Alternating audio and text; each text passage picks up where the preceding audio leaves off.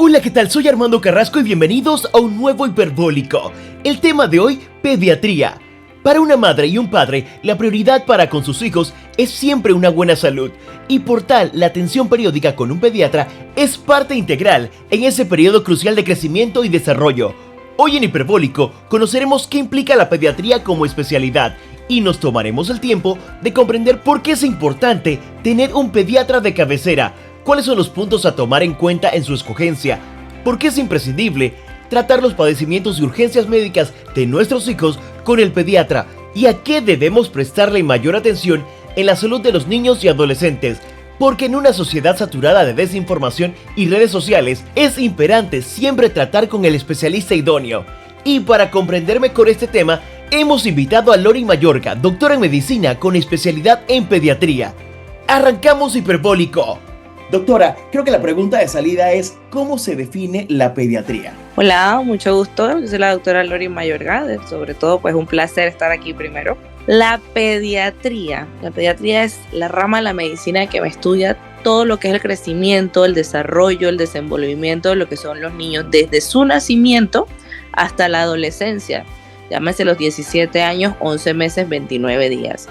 Y también pues vemos como parte de toda medicina todos los problemas que pueden afectar todo ese crecimiento, todo ese desarrollo y las patologías, pues enfermedades que pueden tener todos los niños a lo largo de la vida.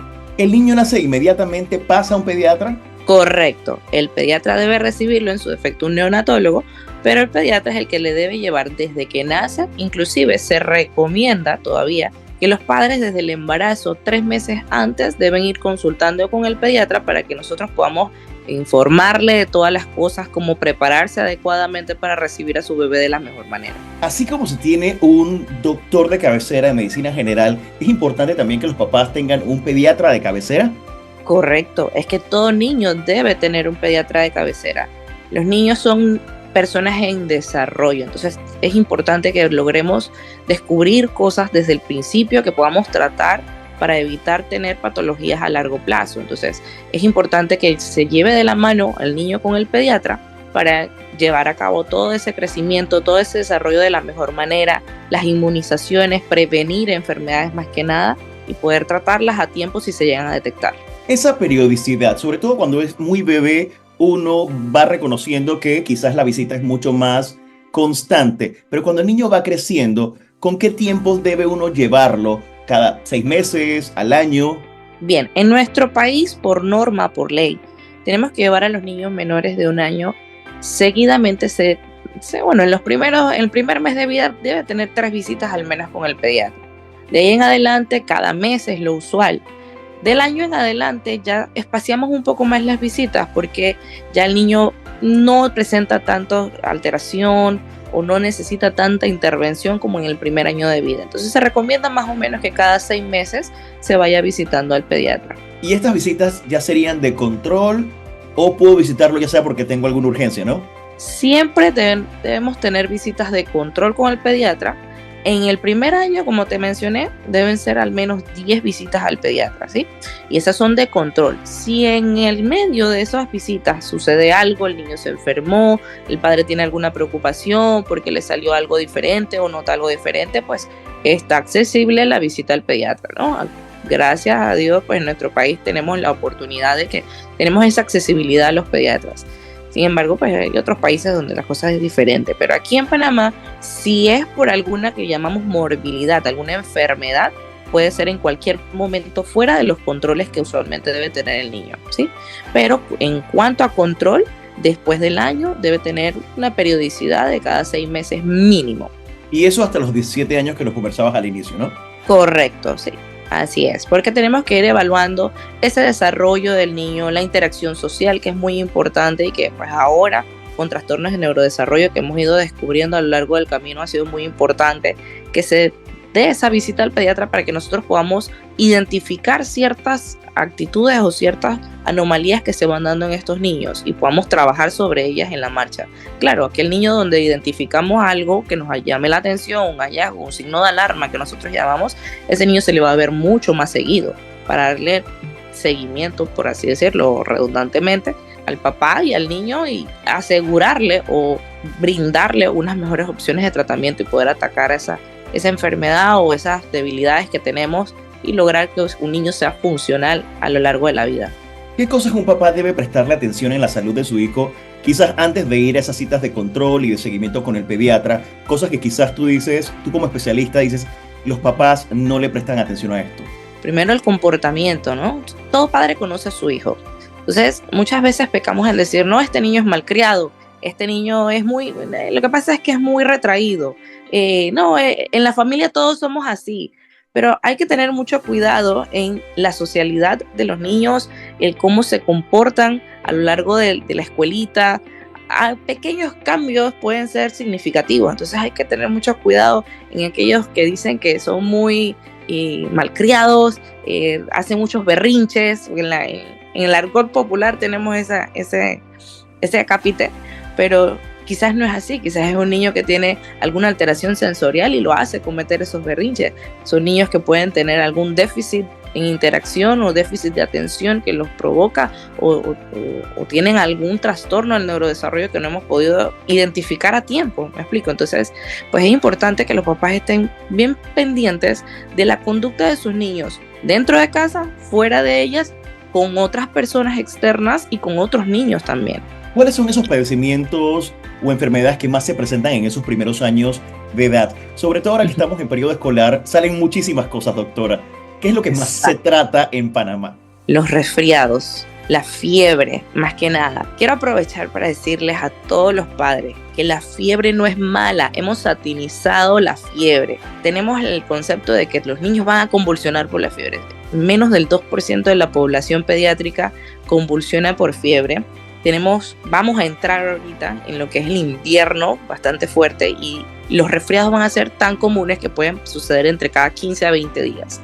Entonces es imperante pues que llevamos de la mano al pediatra para que pues nos oriente a la mayoría de los padres cómo podemos tratar de disminuir los riesgos de contraer estas infecciones y una vez la tengamos, cuáles son los signos de alarma que debemos vigilar, ¿no? Porque resfriados vamos a tener a lo largo del tiempo, los mocos, la tos que nos molesta tanto en las noches, que nos despierta en las noches, que no nos deja tranquilos y pues saber identificar realmente cuándo pasa de ser un resfriado normal a algo que ya le tengo que prestar atención y llevarlo a un cuarto de urgencia o algo que está diferente y que me pueda poner en riesgo la vida del niño, ¿no? Sí, sobre todo lo que has dicho, no estamos entrando en este invierno que ya se presenta un poco fuerte y ya el resfriado o las alergias es como el común denominador, sobre todo para quienes están en edad escolar y parece ser el pan nuestro de cada día, ¿no? Exacto, ponerte así, a grosso modo, muchos papás se alarman porque vienen con tos, moco, pero le dio fiebre. Doctora, pero le dio fiebre. Digo, sí, es que los resfriados dan con fiebre. Todos los virus, la mayoría de los niños, hasta los 5 años, sus resfriados van a ser por virus. Entonces la gran mayoría no van a ameritar antibióticos porque de por sí ningún virus va a actuar contra ningún antibiótico o viceversa. Entonces lo importante es la hidratación. Yo siempre le hago énfasis a todos mis pacientes, a todos mis papás. Tienen que mantener muy bien hidratados a los niños y enseñarles desde casa el correcto lavado de manos, cómo protegerse al toser, cómo evitar a los niños cuando están resfriados. No envíen a los niños resfriados a la escuela. Y consultar al pediatra, pues en dado caso, en qué momento es oportuno el regreso a clases. Porque sí, sé cuándo lo debo sacar de la escuela, pero ¿y cuándo lo puedo devolver a la escuela? ¿Me explico? Entonces es importante pues enseñarle a los niños desde pequeños cosas para que ellos se protejan en la escuela, porque van a estar solos con un montón de niños. Entonces yo tengo que enseñarle a ellos que deben lavarse las manos, que no deben compartir cosas con los otros niños como termos o interactuar. Digo, es difícil, ¿no? Es difícil porque son niños y a lo largo van a estar interactuando con otros niños, se van a compartir en los recreos, van a jugar y demás. Pero pues lo que nosotros enseñamos desde pequeños queda en la impronta, en el cerebrito de ellos, como digo yo, como una masilla. Uno le pone la mano y queda la huella. Entonces así mismo queda todo lo que le vamos enseñando desde pequeñitos. Entonces hay que enseñarle cómo protegerse. Entonces si le enseñamos eso, ellos pueden disminuir un poco el riesgo de contraer todo este tipo de infecciones a lo largo de la etapa escolar, que es donde más lo vamos a ver. Entonces siempre tener en cuenta los signos de alarma que podemos ver en aquellos niños con resfriados, por lo menos una dificultad respiratoria, que los niños se le hunda en la barriguita cuando están respirando, se le marquen las costillitas, la respiración comienza a ser más elaborada, más rápida, el niño si corre se cansa muy rápido, la tos persistente en las noches, una fiebre más de 3-4 días que no cede a pesar de los usos de los medicamentos, deja de comer totalmente, deja de hacer sus actividades rutinarias porque el niño se ve cansado, se ve muy tóxico, como lo decimos, demasiadas secreciones nasales. Esos son signos de alarma que yo puedo decir, el niño amerita una atención de urgencia, ¿sí? Por lo demás, podemos ir con nuestro pediatra sin ningún problema a la consulta, a evaluarlo, a ver si podemos intervenir a tiempo y evitar que esos resfriados que comúnmente nos atacan vayan a tender a complicaciones. Voy a correr un poquito hacia atrás porque también en la relación de ese niño que va por primera vez o que va en esas citas de control con el pediatra, ¿cómo el papá puede hacer que el niño deje de tenerle miedo a esa visita al doctor? Sobre todo alguien que lo va a acompañar durante muchísimo tiempo. Exacto, es importante que nosotros como pediatras no seamos invasivos con los niños en primera instancia, ¿me explico? Ellos nos ven a nosotros como personas extrañas, nunca en la vida nos han visto y tenemos que saber llegarle. Entonces es importante también que el papá sienta una buena conexión con su pediatra, que tenga la confianza de hablar espontáneamente y que las cosas fluyan naturalmente sin el temor a que me regañen, a que me señalen y me juzguen por algo que yo hice en casa que pensé que era correcto y después viene el pediatra y me dice, no, ¿por qué hiciste esto? O sea, ¿me explico? Como que haya un buen rapport, una buena conexión entre padre y pediatra y eso va a ser imperante en lo que es la mejor evolución de los niños, ¿me explico? Entonces un pediatra que logra tener esa conexión con un papá, fabuloso. Así después pues vamos con los niños tratando de poco a poco ganarnos la confianza, con juegos, con buenas palabras, mensajes positivos, tratando de captar la atención del niño sin ser tan invasivos al principio y tratando de ganarnos pues la confianza del pequeño también. Ya luego él va a ir contento entonces a la visita de él. Exacto. Por eso es que van a ver siempre que los pediatras tenemos juguetes, tenemos crayones, tenemos láminas de colores y demás cosas, porque así es que nosotros tenemos la atención de ese niño, ¿me explico? Podemos tratar de ganarnos la confianza del pequeño y así pues ya la consulta se va dando de mejor manera a un niño más aceptable, un niño menos irritable, que nos permita auscultarlo adecuadamente, evaluarlo adecuadamente y pues se sienta en un entorno seguro y con confianza. Y en esa misma línea, ¿cómo escoge un papá un buen pediatra? ¿Qué debe tener en consideración al hacer esa selección? Ok, pediatra vemos un montón. Uno puede ir a la consulta del que vio en redes sociales, del que contactó porque otro papá se lo recomendó. Pero lo importante es que sienta esa buena conexión, de que sienta que el pediatra lo escucha, de que sus pensamientos o sus preocupaciones son válidas porque todas son válidas y de que siente que alguien de verdad le explique. El pediatra debe explicar adecuadamente y un lenguaje que puedan comprender y puedan asimilar para poder que se dé de la mejor manera y podamos llevar la consulta pues de la mejor manera para el niño, ¿me explico? Entonces lo ideal es eso, que te sientas en confianza con un profesional que te va a explicar adecuadamente, que esté actualizado, eso es muy importante, y que pues se gane en la familia esa confianza de que puedo contarle todo, puedo decirle todo, no me va a juzgar, no me va a criticar y que pues me va a resolver el momento que yo lo merito. No, y ahora hay otros medios también para contactar a ese médico, está también el tema del el WhatsApp, hay otras formas de contactar antes de llegar a la misma consulta y ustedes están en plena comunicación también con el padre. Voy a entrar en un terreno delicado y es el tema de los mitos. Hablaste de la fiebre y yo lo he escuchado toda mi vida, el tema de la fiebre, la convulsión cuando pasa de cierta cantidad, eso siempre lo he escuchado. Creo que eso viene de las familias, un tema cultural. ¿Qué otros mitos se tienen, ya sea en Panamá o a nivel familiar, con respecto a la salud de los niños? Mitos hay un montón, desde el embarazo hasta la lactancia, desde el desarrollo del niño. Mitos hay muchos, pero tenemos que tener la vocación primero de explicarle a los familiares el por qué sí y el por qué no. ¿Me explico? No es cuestión de que esto es así porque sí y listo.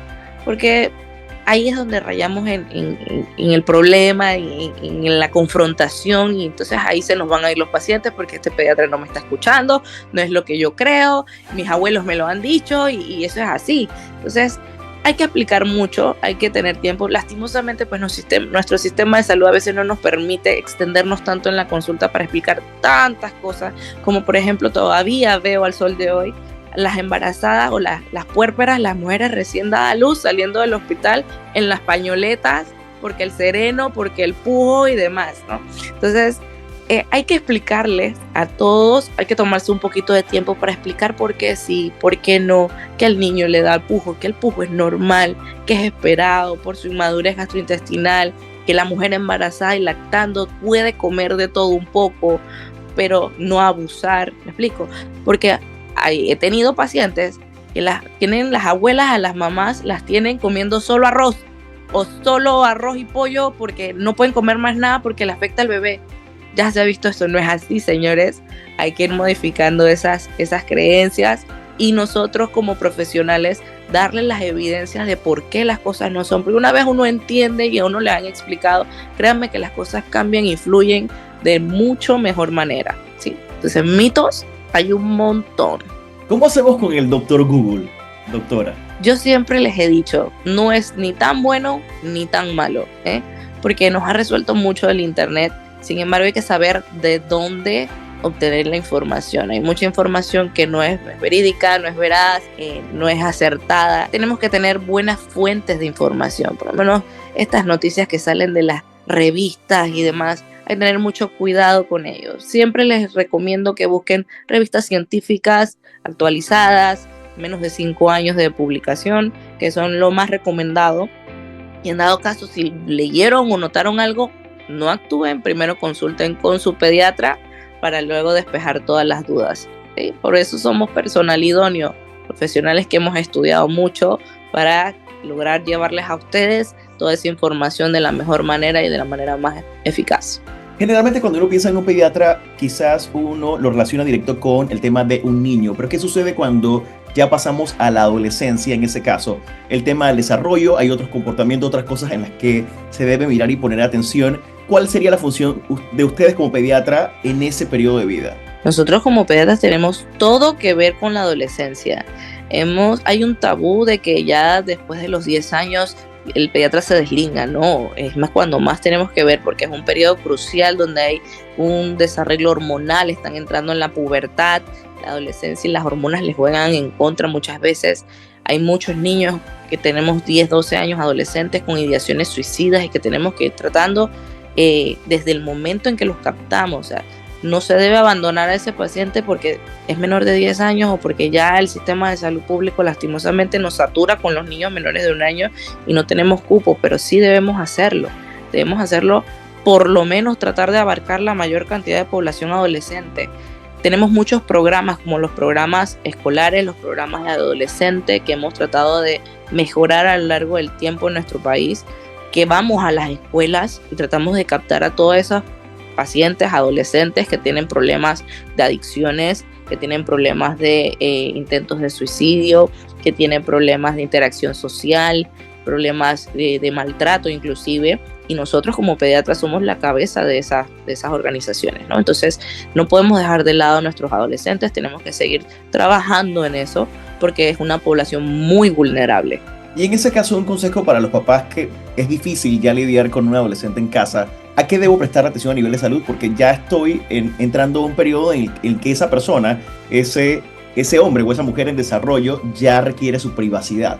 Exacto, es una etapa, como lo dijiste, es difícil porque es un adolescente que podemos darle hasta cierto punto privacidad, pero hay que mostrarle el respeto, hay que mostrarle que somos accesibles como adultos, de que no te vamos a criticar ni señalar por las acciones, sino que estamos aquí para guiarte, para orientarte.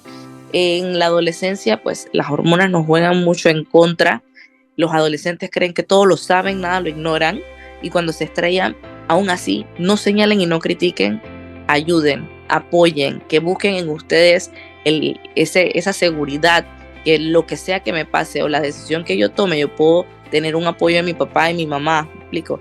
Escuchen, porque muchas veces los adultos cerramos nuestros oídos a lo que tienen que decir nuestros adolescentes. Observen las amistades con las que se relacionan esos muchachos, estén pendientes. A veces el trabajo no nos permite estar tan pendientes de nuestros adolescentes, pero tenemos que saber identificar las compañías de nuestros adolescentes, dónde están, con quién están, qué están haciendo, y tratar de ser amigos, pero sin perder el respeto de padres. ¿Me explico?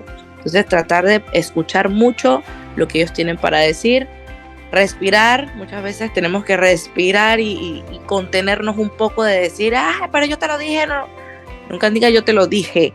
Siempre, ok, vamos a trabajar sobre esto, vamos a ver cómo podemos resolverlo, y que ellos, para poder ganarnos esa confianza, porque es difícil, es una etapa donde ellos están viendo en quién puedo confiar, en quién no. Si yo te digo algo, me vas a criticar, me vas a juzgar, entonces mejor me lo reservo, ¿me explico? Entonces es mejor tratar de abrir ese compás de confianza y decir, yo estoy aquí, podemos resolverlo, vamos a lograrlo. Sí, porque la interacción social de los adolescentes en esta época es completamente diferente a lo que yo viví hace 30 años atrás. Hay cosas o actores nuevos que entran en la película, por así decirlo. Exacto, tenemos en contra las redes sociales. Las redes sociales nos han jugado mucho en contra en ese sentido, porque están expuestos a tanta información, tantas dietas, tantos ejercicios extremos, tantos modelos de lo que yo quisiera hacer. Entonces afectamos nuestra salud tratando de buscar ese ideal, esos cuerpos del verano, como digo yo, esos adquisición de cosas materiales, como ganar dinero y demás, ¿me explico? Entonces hay que tener mucho cuidado, tener mucha conversación con nuestros adolescentes, y en el momento de que identificamos algo que no está correcto, que no está bien, buscar la ayuda de un profesional. No tengan miedo de buscar ayuda con psicólogos, con psiquiatras, con personal idóneo, porque precisamente es para evitar un mal mayor. Entonces, si podemos rescatarlo de un principio, quitémonos de la mente de que el psiquiatra es para los locos, que el psicólogo es para los locos, y busquemos la ayuda que de verdad amerita cada uno de nuestros adolescentes. Y estas son cosas que tú puedes ir viendo desde la cita pediátrica y puedes ir entonces recomendando al papá para otro tipo de atención, ¿no? Correcto, como te dije al principio, los pediatras vemos el crecimiento y el desarrollo. Entonces, ¿qué es el crecimiento? Si bien es cierto, la mayoría de los papás se enfocan en ganó peso, creció y demás, eso es el crecimiento, pero ¿qué es el desarrollo? Es todo lo que es la parte cognitiva, la inteligencia, su desarrollo social, la interacción con otras personas, cómo él va ganando hitos del desarrollo, cómo se va mejorando a nivel motriz, cómo va haciendo o adaptándose a la interacción con otras personas, sus capacidades, ¿me explico? Entonces, todo eso lo vamos viendo desde el principio, y si yo voy viendo fallas o alteraciones, o se me está quedando en alguna de esas hitos que nosotros vamos evaluando, entonces tenemos oportunidad de captarlo, ayudarlo, reforzarlo, y así mejorar a ese adolescente, a ese adulto más adelante.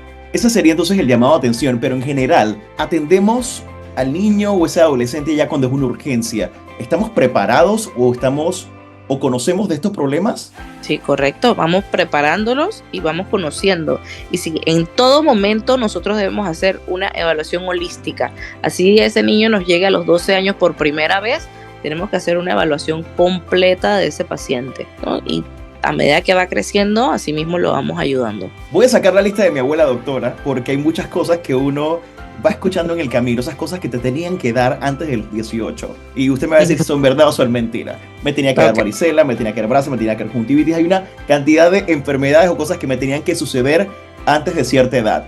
¿Eso es verdad o es mentira? Gracias a Dios por el advenimiento de las vacunas, hemos visto mucha disminución en lo que es la varicela, por lo menos. Si nos da, pues ya sabemos que no tenemos que poner el refuerzo.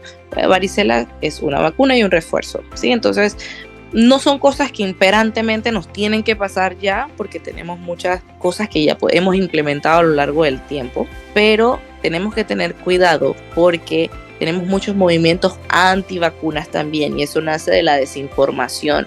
Y gracias a eso hemos tenido el despertar de enfermedades que ya no veíamos, que se habían erradicado por completo, como el sarampión o la rubiola. Y hemos tenido casos de rubiola ya en nuestro país. Entonces tenemos que tener cuidado y buscar la mejor información, asesorarnos con nuestros pediatras para evitar de que pues vuelvan esas enfermedades que ya se habían erradicado. Entonces hay cositas así que nos mencionaban como antes que tenían que pasar, pero no, ya hay muchas que ya se han erradicado. Hablamos hace poco del tema de la alimentación, esos desórdenes alimenticios que quizás vienen un poquito exacerbados por las redes sociales.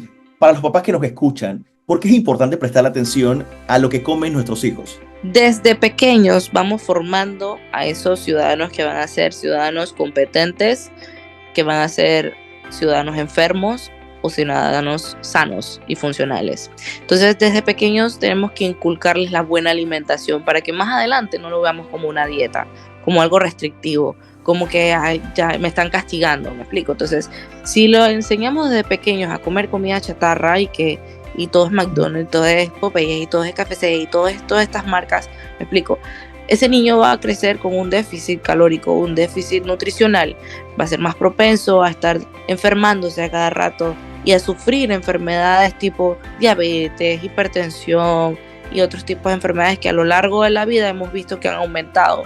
Y un niño obeso, un niño desnutrido, es un niño que va a tener un pobre desarrollo cerebral y va a inferir en su aprendizaje. Entonces es importante que enseñemos desde pequeños, desde el momento de la lactación, una buena alimentación con lo más natural y asesorarnos en dado caso con nutricionistas que nos ayuden a preparar platos saludables, porque comer saludable, comer sano no es malo, sino que lo hemos satanizado, puesto de lado.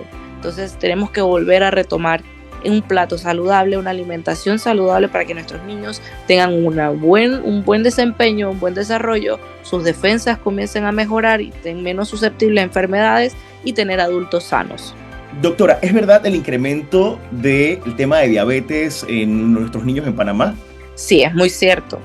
Hemos tenido un aumento significativo de diabetes mellitus tipo 1 y diabetes mellitus tipo 2 en adolescentes inclusive, y eso va arraigado mucho a lo que es la alimentación. Entonces, escuchen, sean de mentes abiertas en cuanto a la buena alimentación. No estamos diciendo que no le vamos a dar unas galletas de chocolate en algún momento al niño, que el niño nunca va a probar el dulce, pero tenemos que tener presente de que una buena alimentación me va a garantizar que ese niño tenga un buen desarrollo cerebral, un buen desempeño a nivel escolar, que va a tener un buen desarrollo y va a disminuir el riesgo de que me padezca de todo este tipo de enfermedades crónicas que no se van a resolver, sino que podemos paliar o podemos darle seguimiento más adelante, pero no es el objetivo. El objetivo es tener niños sanos y saludables que se vayan desenvolviendo de la mejor manera.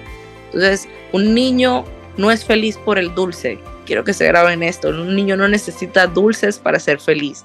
Necesita amor, necesita cariño, necesita atención, pero no necesita dulces. Eso lo inculcamos nosotros los adultos. Pero sí que sea una alimentación balanceada y saludable. Eso sí le va a garantizar al niño fortalecimiento de sus defensas, un buen desarrollo cerebral y menos riesgo de infecciones y enfermedades más adelante. ¿Cómo nos damos cuenta que un niño quizás está propenso al tema de diabetes? ¿Es un tema genético o lo puede desarrollar por sí solo? Sí, tenemos parte que es en cuanto a la genética.